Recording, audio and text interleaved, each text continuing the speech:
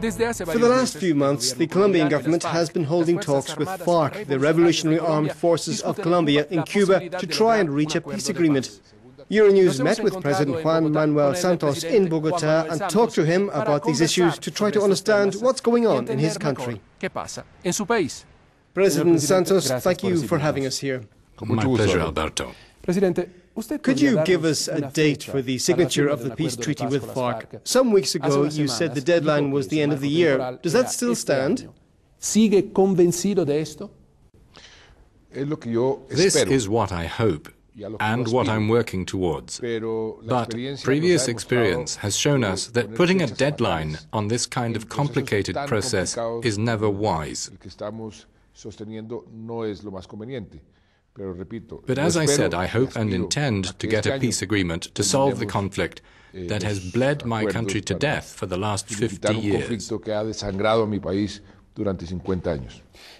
In May, you will have presidential elections. Don't you think that negotiating before the elections might be a problem? At first, I thought it could be a problem. But at the end of the day, elections are a political choice, and the people must choose, do they want peace or not?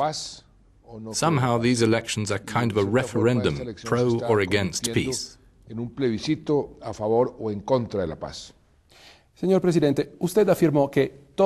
President, you said that all sides will have to make sacrifices. Can you tell us what kind of sacrifices? I mean, will FARC not have to apologize? At the end of the day, people don't know what the terms of the peace talks are.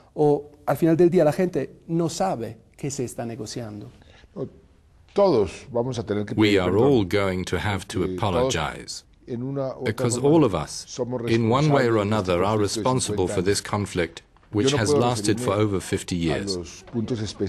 I can't mention any specific terms because there is a confidentiality agreement with our counterpart, FARC. What I can say is that whatever the result of this process is, will be submitted to the Colombian people. So it's the people who decide whether to accept the agreement or not. So we're guaranteeing that the process will be democratic. We were sent some questions on Twitter under the hashtag #AskSantos. One from Daniel asks, you said that if there is any attack against an important figure, the peace process will stop.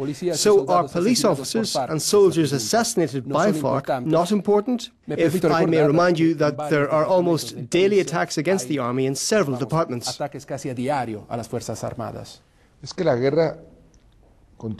Well, the war is still happening, and we've said that a ceasefire will only be when we sign an agreement, not before. Unfortunately, this means this war will continue until we finish the peace process. And as with any war, there will be deaths on both sides. But I believe this is the quickest way to get an agreement. I don't want this conflict to go on indefinitely. That's why I won't accept a ceasefire, particularly as the guerrillas have always taken advantage of the ceasefires to strengthen their forces and to carry on their fight. I want to end this conflict once and for all. You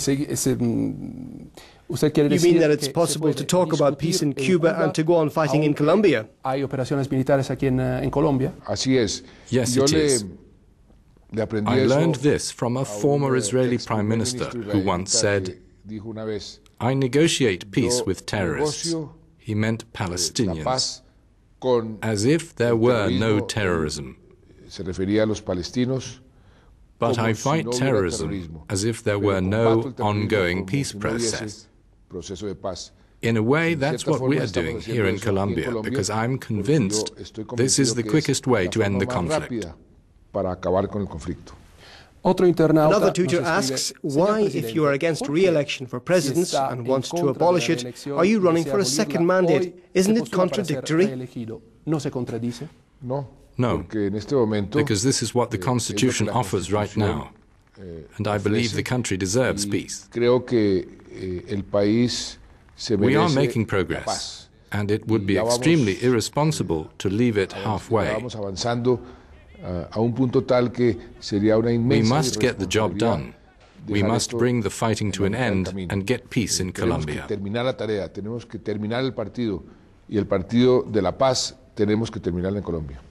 You also said we might see some FARC members sitting in Parliament. When would that happen? That still has to be negotiated. It's part of what we are discussing in Havana, part of what we've called transitional justice. We need to sit down to see under what circumstances and conditions this could happen, and in what time frame. Do you think people will accept that? Well, look, when we talk about each individual point separately, then people are against it because of the suffering FARC has caused the Colombian people. If you ask Colombians, do you want FARC to take part in political life, they'll answer no. If you ask, do you want FARC to have any kind of amnesty or immunity from prosecution, they'll answer no. That's natural. That's obvious. But if you offer the whole package and tell Colombians, this is peace, these are the benefits of peace, and the alternative is to have another 20, 30 or 50 more years of war, I have absolutely no doubt, I am sure that Colombians will choose peace. Do you think the war on drug trafficking can be won? Well, we have been relatively successful.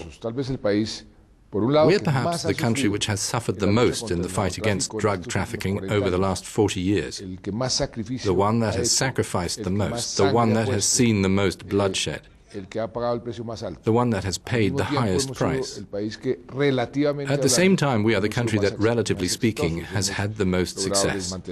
We've managed to take down the biggest cartels and arrested important drug lords.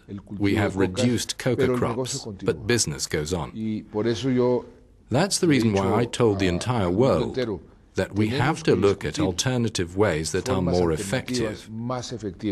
Because the war against drugs, declared by the UN 40 years ago, has still not been won. And we are all paying a very high price.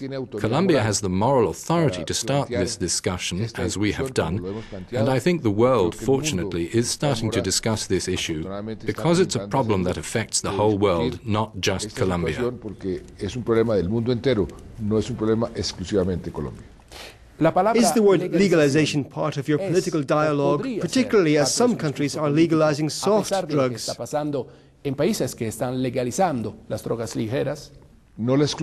I don't exclude it. What I have said is that we must find other ways altogether. Isolated countries aren't going to find a solution that works for the whole world. That's why the discussions need to be multilateral. There are two extremes here. One is what I call the Asian extreme, where even drug users go to jail and where dealers risk the death penalty. The opposite extreme is legalization. In the middle, there are many kinds of combinations. That's what we need to discuss, looking at it realistically and objectively, because this kind of discussion immediately polarizes people. It immediately puts people on one side or another, depending on their political leanings. I've been criticized because I started this discussion on a global level while I am still a president in office. I think this criticism is unfounded. I believe the world needs to discuss it, and Colombia has the moral authority to lead this discussion. I don't think you can understand the war against drug trafficking in Colombia if you don't try to understand the suffering of Colombians. And excuse me for saying so, even your family has suffered the violence of this dirty war when your brother was kidnapped. You were defense minister under Alvaro Uribe's presidency, and you hit the FARC with several military operations. It looks as if Uribe's policy was different from yours. So has Juan Manuel Santos changed his mind? Juan Manuel Santos cambió de idea? No, I haven't changed my mind at all. I know how to make war. I did it. Excuse me for a lack of modesty, but no one has been as successful in fighting the guerrillas, the drug lords and criminal gangs as I have.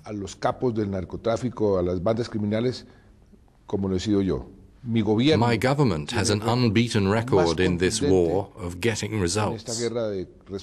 When I was defense minister, when I arrived, the changes we made were when we started to strike hard at the heads of the criminal gangs, to strike the central structure of those organizations.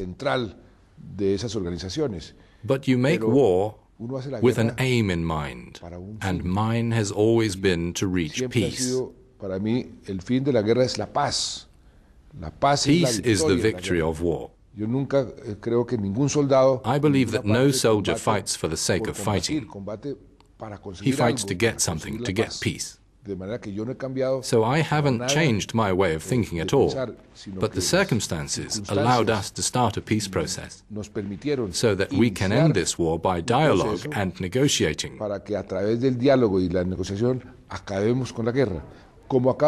As any war ends anywhere else in the world, at some moment both sides have to sit down in order to end war. That's what we're doing in Colombia. I haven't changed my mind. And let me tell you something, honestly, making war is much more popular than making peace. Making peace is much more difficult, and you find yourself alone, surrounded by enemies who have all sorts of mixed interests and want the war to continue. That's what happened to my predecessor, Uribe. But I'm convinced that what we are doing is right and good for Colombia. My generation hasn't known a single day of peace, so I tell my compatriots, close your eyes and imagine Colombia at peace. Imagine leaving our children with a country at peace. That's something spectacular, something marvelous that I believe we will achieve. Another spectacular thing is that despite this situation, the Colombian economy is growing 5% annually. What's the secret? The secret is to have the right policies. Since our first day in office, we knew we had to make fiscal reforms. We had to concentrate public spending in some specific areas which would stimulate the economy. We had to reduce inflation. And look, we achieved it. In spite of the conflict, Colombia is the country which has created the largest amount of jobs in all of Latin America in the last 3.5 years. Colombia is the country with the lowest inflation in all of Latin America. We have a foreign and domestic investment rate of almost 30%, among the highest, if not the highest, in Latin America. We have very high international reserves of foreign currencies. Our debt is going down, and foreign investment is growing all the time. This puts us among the most successful economies not only in Latin America, among all emerging countries. This is down to the continuity of our policies and the way we have managed the economy responsibly, with sufficient austerity and concentrating efforts to keep the economy moving. And let me say another thing. Achieving peace would allow the economy to grow an additional 2%. Let's talk about foreign policy. What kind of relationship do you have with Venezuela and its President Nicolás Maduro? Look, I was a staunch enemy of President Hugo Chavez. We threw insults at each other on a daily basis. When I was elected, I thought, he's the elected president of Venezuela. I'm the president of Colombia. We have 2,200 kilometers of border that we share, and we depend on each other a lot. So I called him and we sat down together, like you and me. I told him, President Chavez, we will never agree on many issues. We are very different. But we have a responsibility towards our people. You with the Venezuelan people and me with the Colombian people. Because of this responsibility, why don't we try, respecting our differences, to stop insulting each other in public and through the media? We had no economic relations, we had no diplomatic relations, we even spoke of war. I told him, let's respect our differences, let's work together wherever possible. And when we have differences, let's try to resolve them diplomatically and in private. Since then, it was the 10th of August 2010, the place where Simón Bolívar died, and until Chávez's death, our relationship was very good. Even if we didn't agree on many things. With President Maduro, we are keeping this modus operandi going. Colombia is doing what every head of state has to do in his international relationships, to combine his principles with his interests. This approach has allowed us to be in the quartet together with Brazil, Ecuador and the Vatican, where we are trying to promote dialogue between government and opposition in Venezuela to find common ground, which would allow Venezuela to move forward without the country suffering. Because whatever happens in Venezuela has an effect on Colombians. Colombia has always been one of the US's strongest allies in South America. How are relations between Washington and Bogotá right now? Extremely good. I met with President Obama a few months ago and we confirmed that we are strategic partners. We consider ourselves the US's best friends in Latin America and we have no problem in saying that. Sorry to interrupt you, but you are friends, despite what the press, especially the Brazilian press, has written, that the U.S. was spying on you. They were spying on other countries. The U.S. has been our ally in intelligence. We were spying together and we were spying on our common enemies. So we've no problem with the U.S. And how are relations with the EU? Are there stronger links with particular EU countries? Yes, we have a great relationship with the EU. We already have a free trade agreement going on. The EU is also lifting visa restrictions for us, which we really appreciate. This is a gesture of friendship and recognition, which Colombians thank them for wholeheartedly. Of course, within the EU, there are countries with whom we have a special relationship. Of course, Spain and the UK. And do you believe that Madrid's lobbying pushed Brussels to get rid of visas for Colombians?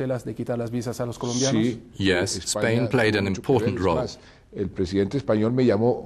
Spanish Prime Minister Rajoy called me by coincidence on my birthday and told me, I'm going to do this.